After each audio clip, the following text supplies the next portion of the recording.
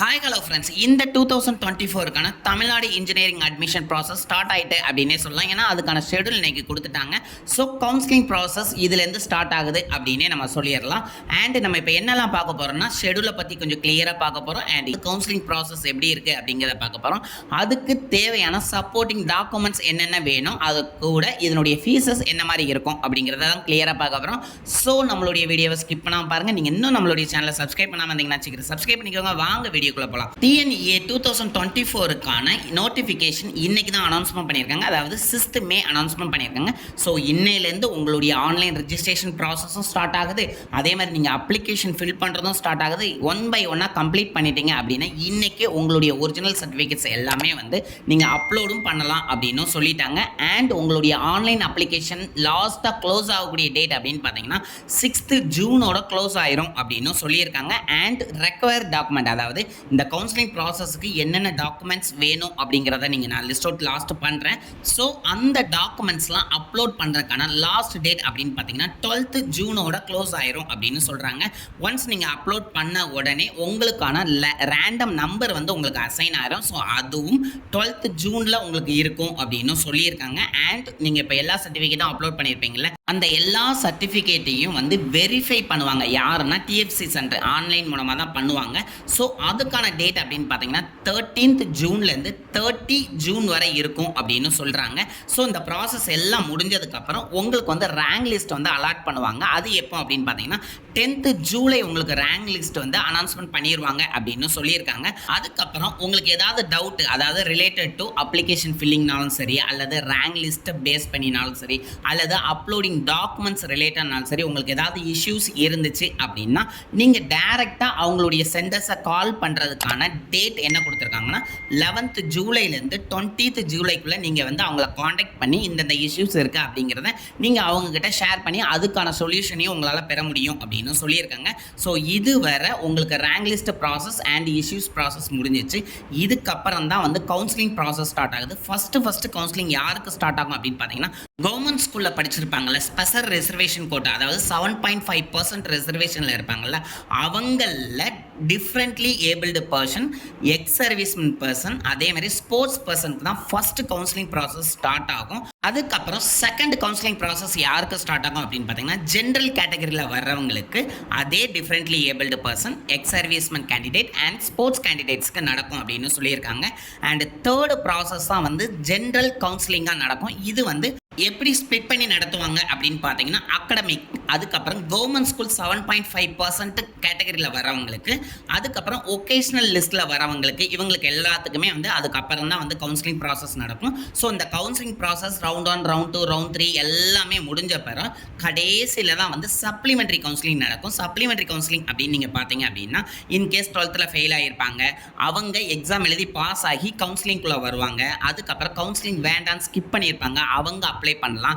Sometimes college கிடைக்காம இருப்பாங்க, அவங்க சப்ளிமெண்ட்ரி கவுன்சிலிங் அப்ளை பண்ணி உள்ள வரலாம். ஸோ இந்த ப்ராசஸ் எல்லாமே வந்து சப்ளிமெண்ட்ரி கவுன்சிலிங் தான் வரும். அதுக்கப்புறம் வந்து SCA அண்ட் SC கேண்டிடேட்ஸ்க்கான கவுன்சிலிங் ப்ராசஸ் தனியாக நடக்கும். ஸோ இது எல்லாமே வந்து ஆன்லைன் ப்ராசஸ் தான் நடக்கும். ஸோ இந்த ப்ராசஸ் எல்லாமே கம்ப்ளீட் ஆயிடுச்சு அப்படின்னா கவுன்சிலிங் எண்ட் ஆயிடுச்சு அப்படின்னே சொல்லலாம். ஸோ இப்போதைக்கு கவுன்சிலிங்கான டேட் மட்டும்தான் அவங்க கொடுக்கல. அதர் தென் உங்களுடைய அப்ளிகேஷன் ப்ராசஸ், டாக்குமெண்ட் அப்லோட் பண்ணக்கூடிய எல்லா டீட்டெயிலுக்கான எல்லா டேட்டும் வந்துச்சு. ஸோ அதை நான் கிளியராக எக்ஸ்பிளைன் பண்ணிட்டேன். இதில் ஏதாவது டவுட் இருந்தால் கண்டிப்பாக நீங்கள் வந்து கமெண்ட் பண்ணலாம். நெக்ஸ்ட் நம்ம என்ன பார்க்க போகிறோம் அப்படின்னா, இந்த கவுன்சிலிங் ப்ராசஸ், அதாவது அப்ளிகேஷன் வந்து நீங்கள் அப்ளை பண்ணுறதுக்கு உங்களுக்கு என்னென்ன டாக்குமெண்ட்லாம் வேணும் அப்படிங்கிறது தான் கொஞ்சம் கிளியராக பார்க்க போகிறோம்.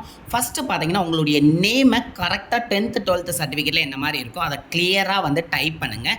அதுக்கப்புறம் இதில் ரொம்ப மெயின் அப்படின்னு பார்த்தீங்கன்னா, உங்களுடைய இமெயில் ஐடியும் மொபைல் நம்பர் தான். இதை கண்டிப்பாக அந்த கவுன்சிலிங் ப்ராசஸ் முடியந்தனையும் நீங்கள் சேஞ்ச் பண்ணக்கூடாது. இன்கேஸ் சேஞ்ச் பண்ணிங்கன்னா அவங்க உங்களுக்கு கொடுக்கக்கூடிய அலர்ட் எல்லாமே வந்து மிஸ் ஆகும். அதாவது கவுன்சிலிங் ப்ராசஸ் இப்போ இருக்கும், ஸோ உங்களுடைய ப்ராசஸ் ஸ்டார்ட் ஆகுது, நீங்கள் இந்த காலேஜ் சூஸ் பண்ணியிருக்கீங்க, அல்லது உங்களுக்கு ரேங்க் லிஸ்ட் பப்ளிஷ் பண்ணது, அல்லது காலேஜ் அலர்ட் ஆகிருக்குது, எல்லாமே வந்து உங்களுக்கு மொபைல் அண்ட் இமெயில் மூலமாக தான் நோட்டிஃபிகேஷன் வரும். இன்கேஸ் நீங்கள் அதை மிஸ் பண்ணிங்கன்னா கண்டிப்பாக அந்த நோட்டிஃபிகேஷன் உங்களை ரீச் ஆகாது. அதுக்கப்புறம் உங்கள் கையில் கண்டிப்பாக இருக்க வேண்டிய டாக்குமெண்ட் அப்படின்னு பார்த்தீங்கன்னா, கம்யூனிட்டி சர்டிஃபிகேட் கண்டிப்பாக வேணும். அது இருந்தால் தான் உங்களுக்கு கேட்டகரி வைஸாக வரக்கூடிய ரிசர்வேஷன் கிடைக்கும். அப்படி இல்லை அப்படின்னா OC கேட்டகரி கீழே நீங்கள் வந்துடுவீங்க. ஸோ சர்டிஃபிகேட் கண்டிப்பாக கையில் வச்சுருங்க. இன்கேஸ் இல்லாட்டாலும் 1 month டைம் இருக்குது, குயிக்காக அப்ளை பண்ணி கம்யூனிட்டி சர்டிஃபிகேட் வாங்குறதுக்கு குயிக்காக ட்ரை பண்ணுங்கள். அதுக்கப்புறம் நம்ம பார்க்க போகிறது வந்து ஸ்பெஷல் ரிசர்வேஷனுக்கு நிறைய பேர் அப்ளை பண்ணியிருப்பாங்கல்ல, அதாவது மாற்றுத்திறனாளிகள், அதாவது டிஃப்ரெண்ட்லி ஏபிள்டு பர்சன், அதுக்கப்புறம் எக்ஸ் சர்வீஸ் மேனோட சன் டாட்டர் அவங்க அதுக்கப்புறம் வந்து ஸ்போர்ட்ஸ் பர்சன், இவங்கெல்லாம் வந்து அவங்களுக்கான ரெக்கவர்ட் டாக்குமெண்ட்ஸை ப்ராப்பராக எடுத்து வச்சுக்கோங்க. அப்போ தான் அந்த கேட்டகரியில், அதாவது ஸ்பெஷல் ரிசர்வேஷன் கேட்டகரியில் உங்களுக்கு சீட்ஸ் வந்து அலர்ட் ஆகும். அதுக்கப்புறம் வந்து நீங்கள் இப்போ 2024க்கு முன்னாடி முடிச்சிருக்கீங்க அப்படின்னா கண்டிப்பாக நீங்கள் படித்த ஸ்கூல்லேருந்து ஒரு போனஃபைட் சர்டிஃபிகேட் வாங்கிட்டு வாங்க. அதுவும் ரொம்ப இம்பார்ட்டன்ட் அப்படின்னே சொல்கிறாங்க. அதுக்கப்புறம் உங்களுடைய ரிஜிஸ்ட்ரேஷன் ஃபீஸ் எல்லாமே ஆன்லைன் மூலியம் பண்ணிக்கலாம், அல்லது டிமாண்ட் டிராஃப்ட் மூலமாக டிஎஃப்டி சென்டரில் போய் நீங்கள் கட்டுற மாதிரி இருக்கும். அதுக்கப்புறம் உங்களுக்கு கல்வி மேலாண்மை தகவல் மைய எண், அதாவது இஎம்ஐஎஸ் நம்பர் இருக்கான்னு செக் பண்ணிக்கோங்க. அதுக்கப்புறம் ஆதார் நம்பர் வேணும், அது ஆப்ஷனலாக தான் கொடுத்துருக்காங்க. ஸோ நம்மக்கிட்ட எல்லாத்தையுமே இருக்கும். ஸோ அதனால் ஆதார் கார்டு கையிலே வச்சுக்கோங்க. அண்ட் நெக்ஸ்ட்டு வந்து பேரண்ட்டோட ஆனுவல் இன்கம் சர்டிஃபிகேட் கண்டிப்பாக இருக்கணும். ஸோ அதையும் ப்ராப்பராக ரெடி பண்ணிக்கோங்க. நீங்கள் இப்போ 6லேருந்து 12th வரை படிச்சிருக்கீங்க அப்படின்னா அந்த ஸ்கூல் டீட்டெயில்ஸ் எல்லாமே வந்து கையில் வச்சுக்கோங்க. ஏன்னா வந்து இப்போ 7.5 ரிசர்வேஷனுக்குலாம் நீங்கள் கொடுக்குறீங்க அப்படின்னா கண்டிப்பாக நீங்கள் எந்த ஸ்கூலில் படிச்சிருக்கீங்க எல்லா டீட்டெயிலும் வேணும்ல. ஸோ அதை கையில் வச்சுக்கோங்க. அதுக்கப்புறம் 10th 12th சர்டிஃபிகேட் கண்டிப்பாக கையில் வச்சுக்கோங்க. அதுக்கப்புறம் 12th ரோல் நம்பர் கண்டிப்பாக வேணும், அதனுடைய டீட்டெயில்ஸும் கையில் வச்சுக்கோங்க. அதுக்கப்புறம் ஸ்காலர்ஷிப் எதிர்பார்ப்பாங்கல்ல, அதாவது ஃபர்ஸ்ட் கிராஜுவேட்டாக இருப்பாங்க அவங்க, அதுக்கப்புறம் வந்து சிஎஸ்சிஏ கேட்டகரியில் வருவாங்க, சில பேர் கன்வெர்ட்டட் கிறிஸ்டினாக இருப்பாங்க. ஸோ அவங்கெல்லாம் அதுக்கான ரெக்கார்ட் டாக்குமெண்ட் கையில் வச்சுக்கோங்க. ஸோ இது எல்லாத்தையும் அடங்கின ஒரு அப்ளிகேஷன் டேட்டா ஷீட் வச்சுருப்பாங்க.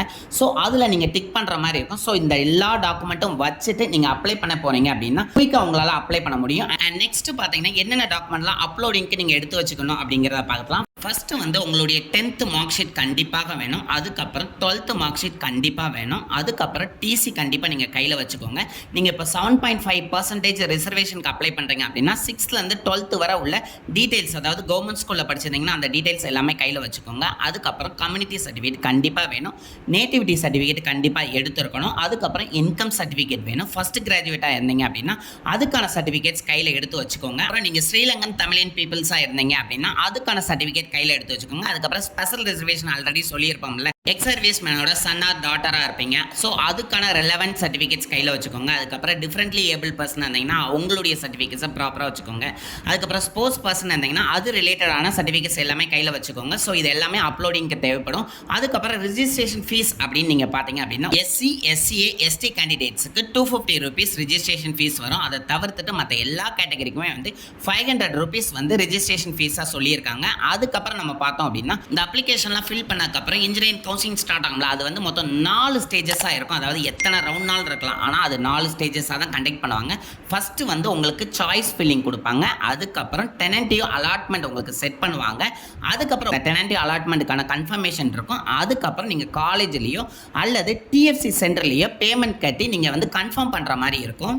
ஸோ ஓரளவு அவுட்லைனாக எல்லாமே கவர் பண்ணிட்டேன் அப்படின்னு நினைக்கிறேன். இதனுடைய எல்லா டீட்டெயிலையும் நம்மளுடைய டிஸ்கிரிப்ஷனில் கொடுக்க போய் பாருங்கள். அண்ட் அப்ளிகேஷன் ஃபில்லிங்னாலும் சரி அல்லது நான் சொன்னதில் ஏதாவது டவுட்னாலும் சரி கண்டிப்பாக கமெண்ட் பண்ணுங்கள், நான் உங்களுக்கு ரிப்ளை பண்ணுறேன். நான் கொடுத்த கண்டென்ட் உங்களுக்கு யூஸ்ஃபுல்லாக இருந்துச்சு அப்படின்னு நினச்சிங்கன்னா கண்டிப்பாக லைக் பண்ணுங்கள். அண்ட் இந்த வீடியோவை நிறைய பேருக்கு ஷேர் பண்ணுங்கள். கவுன்சிலிங் அப்ளை பண்ணணும்னு நினச்சிக்கிட்டு இருக்கவங்களுக்கு இது ரொம்ப யூஸ்ஃபுல்லாக இருக்கும். அண்ட் இந்த கவுன்சிலிங் ப்ராசஸ்க்கு என்னென்ன டீட்டெயில் தேவை எல்லாமே வந்து அடுத்தடுத்த வீடியோவில் நம்ம கவர் பண்ண போகிறோம். ஸோ நம்மளோட கனெக்டடாக இருக்கிறதுக்கு நீங்களும் சப்ஸ்கிரைப் பண்ணுங்கள், உங்களுடைய ஃப்ரெண்ட்ஸையும் சப்ஸ்கிரைப் பண்ண சொல்லுங்கள். Thank you friends.